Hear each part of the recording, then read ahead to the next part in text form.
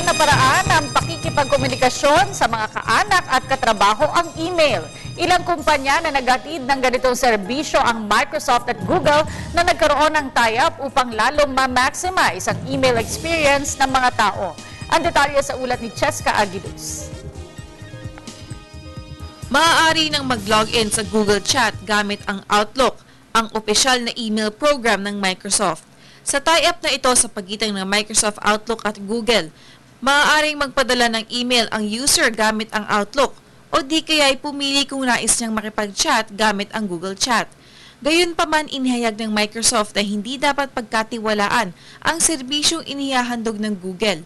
Isang halimbawa na rito ang pag-scan ng Google ng teksto sa email upang malaman nila kung anong advertisement ang maaaring ilagay kasabay ng mga email na isinulat.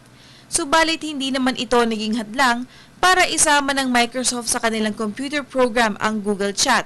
Ayon kay Dharmesh Mehta, Senior Director ng Outlook.com, importante na maraming pagpipilian ang mga consumer pagdating sa pakikipag-usap sa kanilang mga pamilya at kaibigan.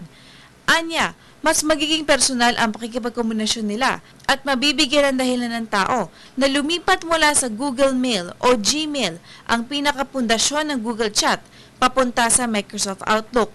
Kasalukuyang 400 milyong katao ang gumagamit ng Microsoft Outlook para makapag-email sa ibang tao.